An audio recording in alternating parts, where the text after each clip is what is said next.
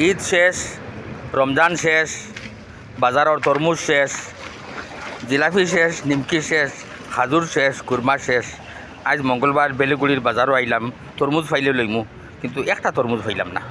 তরমুজের দোকান গত রবিবার পর্যন্ত লাইন ধরা। জিলাপির দোকান, কাস্টমার থেকে দোকান বেশ, জিলাপি খার জিলাপি খেল হয়, কিন্তু আজ দোয়াইন নামে এখন জিলাপি নাই বেলেগুড়ির বাজারও। একটা তরমুজ নাই। কুটুমকে চাইটা তরমুজ নিয়া থইতাম, ফ্রিজও খাটিয়া খাবাইতাম, কিন্তু আজ নাই। কি আল্লাহর তিলিসমাত, কি নিয়ামত! খান থেকে আইয়া যে অতটা ফল ফসল বড়ি যায় বাজার, কিন্তু ঈদ আর রোজা যাওয়ার লগে লগে সব শেষ। না আঙ্গুর আছে বাজারও, না আপেল আছে, না তরমুজ আছে, না কিশমিশ আছে, কিচ্ছু নাই, সব শেষ। আল্লাহর কি নিয়ামত! রমজান আইয়া হামাইবার আগর দিন থাকি সকলজাত ফসল আওয়া শুরু বাজারও, ভরপুর বাজার ফসলে ভরা। জিলাপি নিমকি খাটা নিমকি, খুরমা, খাজুর ভর্তি, কিন্তু আজ দোয়াইন নামে কিচ্ছু পাইবার নাই। সারা বাজার খালি হয়ে গেছে।